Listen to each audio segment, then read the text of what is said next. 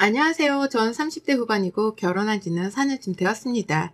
아직 아이는 없는 상태이고 거지근상이라고도 하시죠? 제가 오늘 들려드릴 제 사연의 큰 주제가 바로 이 거지근상인데요. 며느리인 저를 딸처럼 생각하시겠다더니 정작 돈 앞에서는 아들과 며느리를 제대로 차별하시는 저희 시모에 대한 사연입니다. 그 전에 저는 다니던 대학을 자퇴하고 피부관리사로 일하기 위해 자격증을 준비했어요. 자격증을 준비하자마자 운이 좋게도 피부과에 바로 취업을 할 수 있었고 취업해서 많은 걸 배우며 일을 했죠. 사회초년생이고 신입이다 보니 제가 아무리 열심히 한다 해도 피부과에선 버는 돈에 한계가 있어서 조금 속상하긴 했습니다. 제가 하는 노동에 비해 박봉에 속했으니 말이죠. 그러던 중 제가 잘 따르고 좋아라 했던 언니가 있는데 그 언니가 피부과로 관두고 에스테틱 쪽으로 갔거든요. 그쪽에 털을 잡고 있었는데 벌이가 훨씬 괜찮고 일하는 것도 훨씬 괜찮다며 저도 그쪽으로 오라고 했죠. 많은 고민을 하던 끝에 저는 에스테틱 샵으로 옮겨서 일을 했습니다. 확실히 벌이가 달랐고 제가 하는 만큼 벌 수 있는 구조인 곳에서 일을 했어요. 그러다 보니 손이 빠른 편이고 저를 찾아주시는 고객들이 많으셔서 돈은 아쉽지 않게 벌 수 있었습니다. 물론 퇴근하고 나면 온몸이 아프고 녹초가 되었지만 쌓이는 돈을 보면 그렇게 뿌듯할 수가 없었죠. 일이 힘들고 정신없다 보니 돈 쓸 곳도 없었고 솔직히 20대 내내 거의 돈을 모으기만 했던 것 같습니다. 제게는 목표가 하나 있었거든요. 언젠가 꼭 내 샵을 차려야지 라고 크게 다짐했고 그러기 위해선 돈을 많이 모아야 했습니다. 미친 듯이 일을 했고 고객 관리에도 소홀하지 않았어요. 옮긴 에스테틱에서 쭉 몇 년을 채우며 일을 하던 중 늘 제게 관리를 받으시던 고객께서 하루는 관리가 끝난 후 말씀을 하셨죠. 사실은 저희의 경쟁샵이었던 그 샵 실장이고 스킬이 남달라서 몇 번이나 와서 테스트를 해봤는데 너무 욕심이 난다면서 저를 스카웃하고 싶다고 하셨습니다. 솔직히 있던 곳에서 대우가 나쁘진 않았으나 연봉을 올리는데 한계가 있었고 저보다 다 나이대가 있다 보니까 한참 어린 제가 돈을 잘 버는 걸 못마땅해 하는 관리사들이 꽤 있었죠. 또 오래 일하기도 했고 슬슬 옮길까 싶었던 찰나에 너무 좋은 기회였고 전 제안을 받아들였습니다. 그렇게 제안을 받아들이고 간 경쟁샵의 조건은 너무 좋았어요. 워낙 유명한 곳이어서 연봉은 비교가 안 될 정도였죠. 그전에도 돈을 열심히 모을 수 있었는데 이직한 샵에서는 더 버니까 더 모을 수 있었습니다. 또 실장님, 대표님께서는 제게 스킬이 남다르다며 고객 관리하는 센스도 있으니까 여기서 멈추지 말고 꼭 샵 오픈도 해보라며 제가 더 성장할 수 있도록 키워주셨어요. 실장님과 대표님이라고 해봤자 저랑 나이 차이가 그렇게 많이 나지도 않았고 제게는 너무 든든한 선배 같은 느낌이었죠. 여기서 자리를 잡고 30대를 맞이했을 때 남편을 만나 연애도 시작했습니다. 남편은 제 일에 푹 빠져서 하는 제 모습이 너무 멋지다고 해줬고 샵을 차린다는 저를 응원해줬죠. 제가 늘 일 때문에 바쁘고 늦게 끝나서 데이트도 제대로 못했지만 그런 부분도 다 이해해줬던 사람이에요. 만나면 늘 제 손목과 손가락부터 마사지를 해주던 사람이었죠. 고객들 관리를 해주다 보면 손가락, 손목 나가는 건 일도 아니어서 늘 아팠거든요.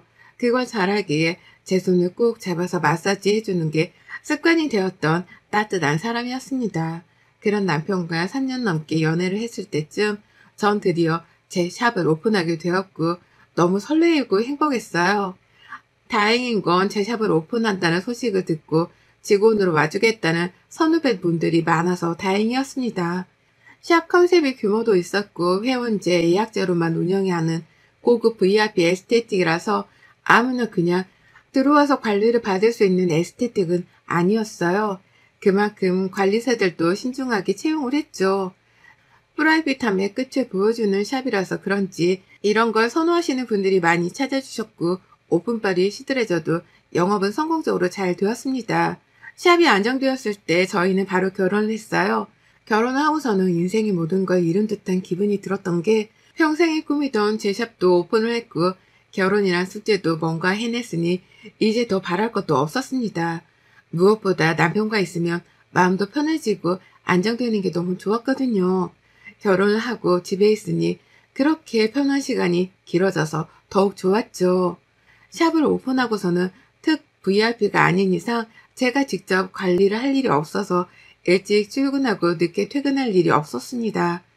그래서 남편 아침도 차려주고 청소도 하고 천천히 오후쯤 출근해서 샵 관리를 하고 그러다 퇴근을 했어요. 20대 때부터 쭉 쉼없이 달려왔던 삶에 드디어 쉼이란 게 생긴 기분이었죠. 그럼에도 불구하고 마냥 쉬지는 못했던 게 저를 보고 오시는 고객들이 많았기에 저희 관리사분들에게 주기적으로 제 스킬과 노하우를 알려주는 수업도 1대1로 진행을 했습니다. 물론 아무나 알려주는 건 아니었고 정해진 연차수가 된 직원의 한정에 알려줬어요. 그렇게 되면 VIP 고객 관리가 가능해지는 거고 급여가 달라지죠. 또한 저 역시 직원이었던 시절이 길었기에 복지를 최대한 섭섭하지 않게 해주려고 노력을 많이 했어요.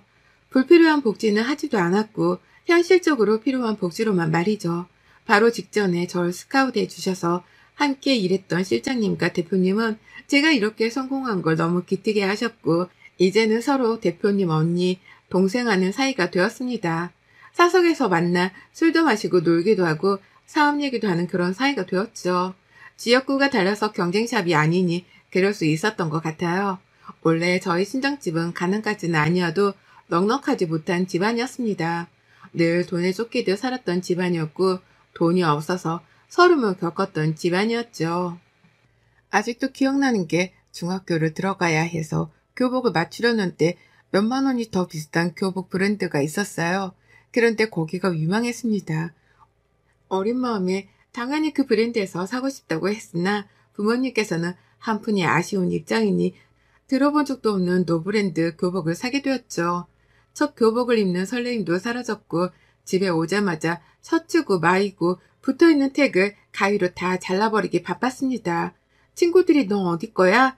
라고 물어보면 대충 둘러대고 말았고 제가 원했던 그 브랜드 교복을 입은 친구들을 보면 그렇게 부러웠죠. 이거 말고도 고등학교는 급식 사건도 있었네요. 줄 서서 식당을 들어가야 했는데 입구에서 카드를 찍어야 합니다. 그런데 급식비를 미납한 사람은 삑삑삑삑 하고 굉장히 큰 소리가 나요. 한두 번 그런 소리가 난 적이 있어요. 늘 떨렸습니다.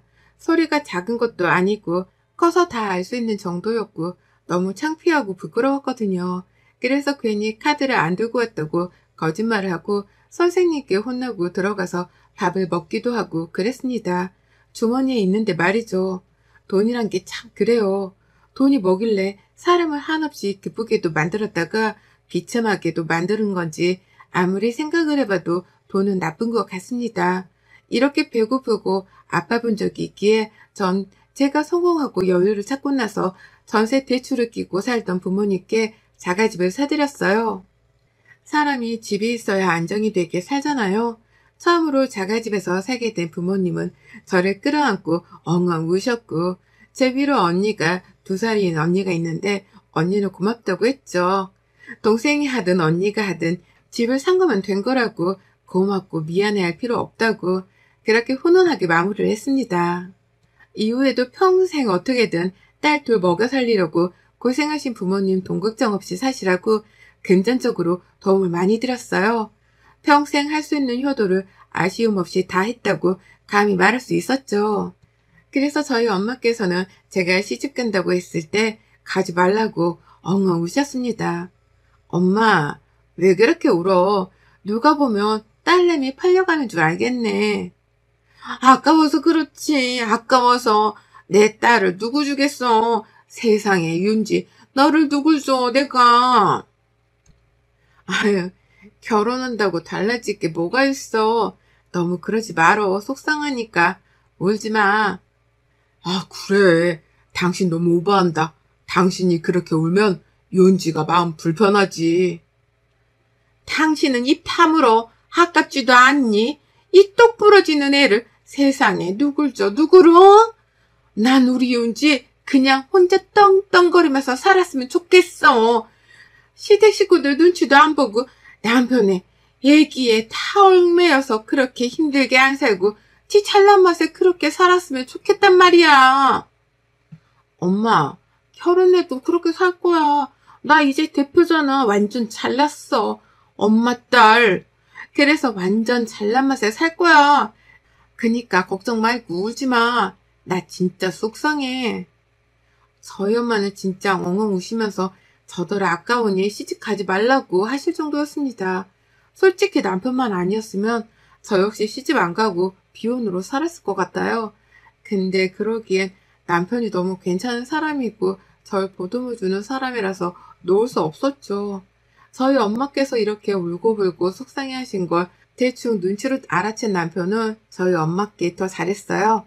안 그래도 싹싹한데 더 싹싹하게 다가갔고 안부 전화도 자주 했죠. 그러니 지금은 우리 사위가 최고라는 엄마세요.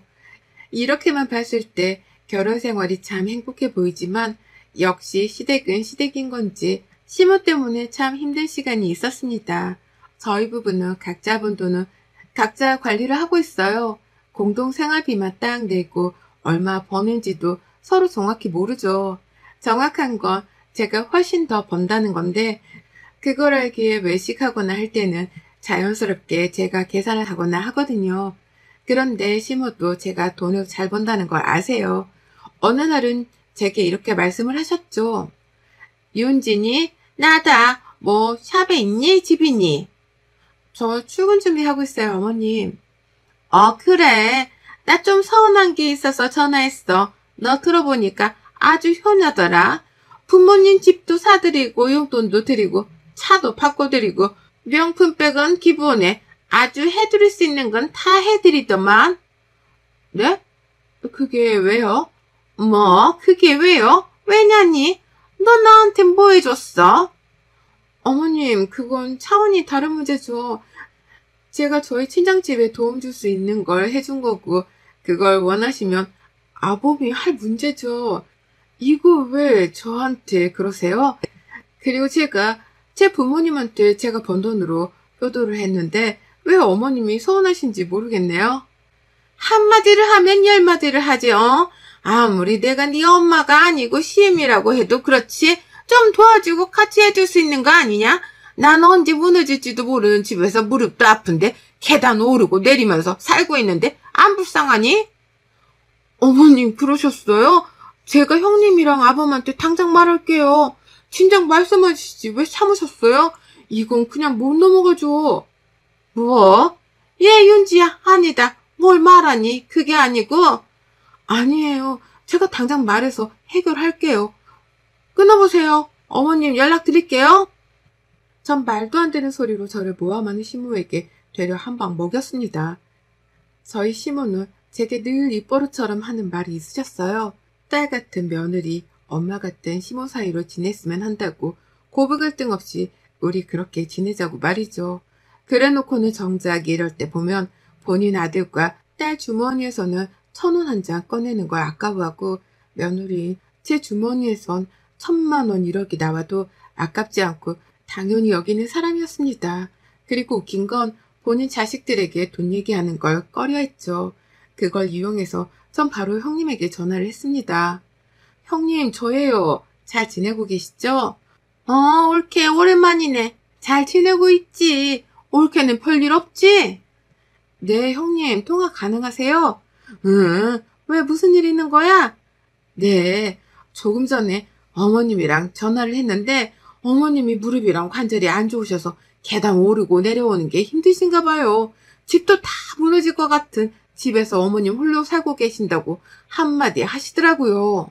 정말이야? 2층이고 거기서 오래 사셨는데 갑자기 왜 그러시지? 올케한테 뭐라고 한 거야? 정확히 뭐라고 했어? 저희 집도 어려웠었거든요. 그래서 제가 돈 벌어서 저희 부모님 집 해드렸었는데 시집 오기 전에 그걸 어떻게 남편이 말한 건지 그 말씀을 하시면서 저희 부모님한테만 효도한다고 뭐라고 하시더라고요. 어머님이 그렇게 힘드신 거면 이사해드려야죠. 뭐야? 아니 그걸 왜? 아유, 옳게. 내가 엄마랑 얘기할 테니까 신경 쓰지 말고 기분 상했을 건데 미안해. 아니에요, 형님. 그냥 이사를 해드려야 할 것 같아서요, 저는. 한두 푼 드는 것도 아니고 멀쩡하게 잘 살던 집에서 이사를 왜 가? 아니야, 내가 말할게. 이어서 전 남편에게도 똑같이 말을 해줬고 형님과 남편은 시모에게 전화해서 막 뭐라고 했더라고요. 들어보니 시집도 오기 전에 본인이 벌어서 본인 부모 집을 사줬으면 기특하다고 칭찬을 해줘야지 왜 그걸 시샘하면서 집 사달라고 하냐고 애도 아니고 민망해 죽는 줄 알았다면서 형님이 난리를 치셨다고 합니다. 2층이라고 해봤자 계단도 얼마 없는 거 뻔히 아는데 그러지 말라고 하셨고 시모는 제대로 심술이 나셨겠죠. 그 이후 한동안은 제게 연락이 안 오더라고요. 그리고 남편이 앞으로는 시모가 이런 식으로 제게 뒤에서 말을 하면 본인이 대놓고 다 말을 해주라고 쏘가리 하지 말라고 하길래 알겠다고 했습니다. 그렇다고 해서 제가 시모에게 아무것도 안 해준 것도 아니에요. 시모네 집이 워낙 낡았었는데 저희 신혼집을 보고 몇 달 내내 들들 볶아서 리모델링을 싹 해드렸고 그 공사를 하는 한 달이란 시간 동안 저희 집에서 지내시라고 선뜻 먼저 말씀도 드렸습니다. 리모델링 비용도 꽤 나왔고 그 와중에 가전제품도 욕심을 내셔서 냉장고랑 에어컨도 바꿔드렸습니다. 저 역시 하늘에서 돈이 뚝딱 떨어지는 게 아니고 노력해서 버는 돈인데 당연하다는 듯 쓰려는 시모가 너무 얄미웠습니다. 더 웃긴 건 에어컨 살 때 남편이 계산을 하려고 하자 시모는 거의 몸을 던지듯 날라서 막았고 윤지가 한다고 하잖아 라고 해서 어이가 없었거든요. 이렇게 본인 아들이 돈 쓰는 건 온몸을 다해 티나게 막아서 더 얄미운 사람입니다. 그러던 중 시모가 어느 날은 전화가 와서 저희 샵에 한번 와보고 싶다는 거예요. 솔직히 흔쾌히 알겠다고 하고 싶진 않았으나 막을 명분이 없었기에 그렇게 하시라고 했고 예약을 해드렸습니다.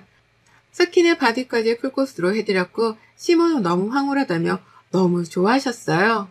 세상에 이렇게 좋으니까 돈 있는 사람들이 돈 써가면서 받는 거구나. 너무 좋다 윤지야. 좋으셨어요? 다행이네요 어머님. 아유 며느리가 이렇게 좋은 걸 하고 있었는데 내가 그걸 이제 알았네. 어머님 저희 샵이 회원제고 단가가 비싸요. 이번에는 제가 어머님 처음 오셔서 제가 계산할 건데 다음에는 참고하셔서 오셔야 해요. 그리고 무조건 예약하고 오셔야 가능해요. 저희가 재료도 다 비싼 것만 쓰고 인건비도 비싸서 가족도 공짜는 어려워요. 전 분명하게 선을 그어서 말한 게 시모가 딱 봐도 다음에 또 공짜로 받으러 오려는 기세가 보였거든요. 그런데 아니나 다를까 이날 이후부터 출근도 전에 실장에게 전화가 왔고 당황스러워했죠. 시모랑 통화한 녹취본을 보내줘서 들어봤어요. 나 대표 CM이에요. 내일 나랑 2명 더 갈 거니까 예약해주고 저번에 받은 거 똑같이 해줘요.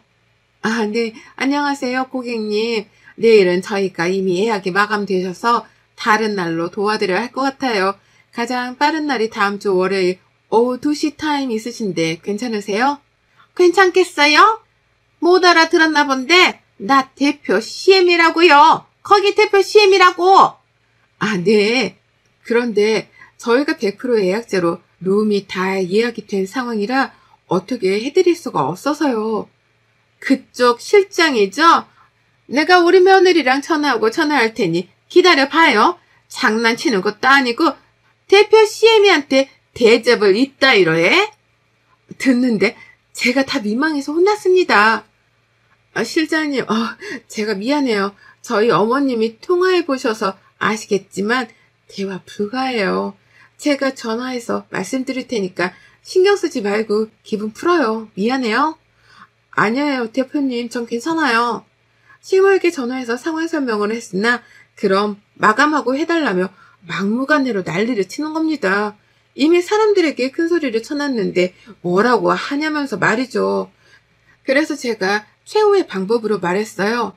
그럼 비는 룸이 하나 있긴 한데 거긴 연습할 때 쓰는 룸인데 괜찮냐고 물어보니 괜찮다는 겁니다. 그래서 그렇게 하라고 했고 예약을 해줬죠. 웃긴 건 가서 안내를 해드리고 선결제라고 했더니 또 대표 CM인데 무슨 결제냐고 하며 직원들 모두를 당황시키고 공짜라고 관리받고 가셨더라고요. 샵에서 큰 소리 내면 좋지 않기에 우선 조용히 룸으로 안내하고 다 끝낸 후 제게 전화와서 설명을 했고 전 남편에게 바로 전화해서 말했습니다.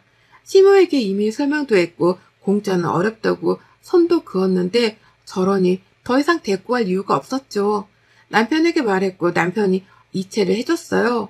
그러니 시모는 혼자도 오고 지인도 끌고 오고 아주 자주도 왔습니다.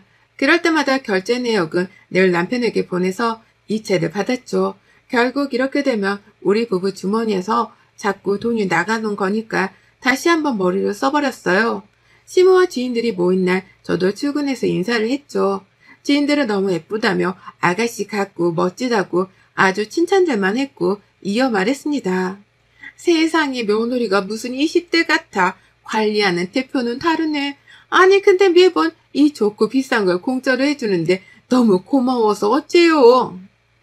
공짜라뇨. 저희 공짜로 절대 못한다고 어머니께 말씀드려서 아실 텐데 재료도 하나하나 다 고급이고 비싼 것만 쓰고 인건비도 장난 아니거든요. 그래서 저희 공짜 자체를 못해요. 그래서 처음엔 제가 늘 결제를 대신하다 남편이 미안하다고 그 이후부터 본인이 결제하고 있어요. 아, 그래요? 아, 우리는 몰랐네. 계산하고 갈게요. 아우, 미안해라. 아니, 공짜니까 받으러 가자고 하길래 그런 줄 알았지. 그럴 리가요. 저희 샵이 그냥 동네샵도 아닌데요. 결제는 그럼 앞쪽에서 도와드릴게요. 마무리 하시고요. 지인들은 산색이 되어 결제를 했고 다들 할부까지 그었죠. 시무는 아무 말도 못하고 입국 다물고 있다가 저녁에 전화가 왔더라고요. 얘, 너 지금 나랑 장난치니? 내 아들 돈으로 왜 네가 여태 생색을 내? 저 생색 낸 적 없는데요, 어머님. 제가 돈 내고 하시라고 몇 번을 말씀드렸잖아요. 공짜로 못 하신다고.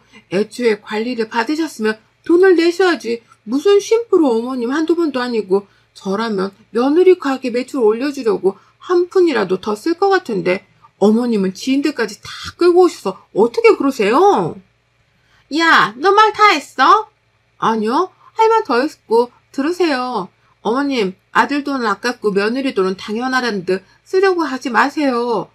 제가 돈 버는데 보태주신 거 단 하나도 없으시잖아요. 생판 나무로 살아놓고 이제 와서 돈 쓸 때만 가족이 마냥 그러지 마세요. 저 가식적인 거 딱 싫어해요, 어머님. 저 혼자 살아도 아쉬울 거 없는 사람이거든요. 이 시간 이후로도 또 이러시면 어머님 귀한 아들 어머니 품으로 반품시킬 거니까 그렇게 아세요? 저 딱 여기까지만 참습니다. 뭐야? 어머님 귀한 아들 반품시키기 전에 아무것도 하지 마시라고요. 그 이후로 정말 시모는 찍소리도 못하고 아무것도 하지 않았어요. 심지어 명절에도 쉬라며 굳이 오지 말라고 했죠. 저희 부부끼리 잘 살면 그게 효도라나? 제가 버는 돈이 있고 어쨌든 덕분에 본인도 용돈이라는 걸 받으니 이혼하는 건 싫은 거예요. 그래서 정말이지 전날 이후로 시모는 제게 간섭이란 걸 하지 않는답니다. 여러분의 생각은 댓글로 남겨주세요. 오늘도 시청해주셔서 정말 감사합니다.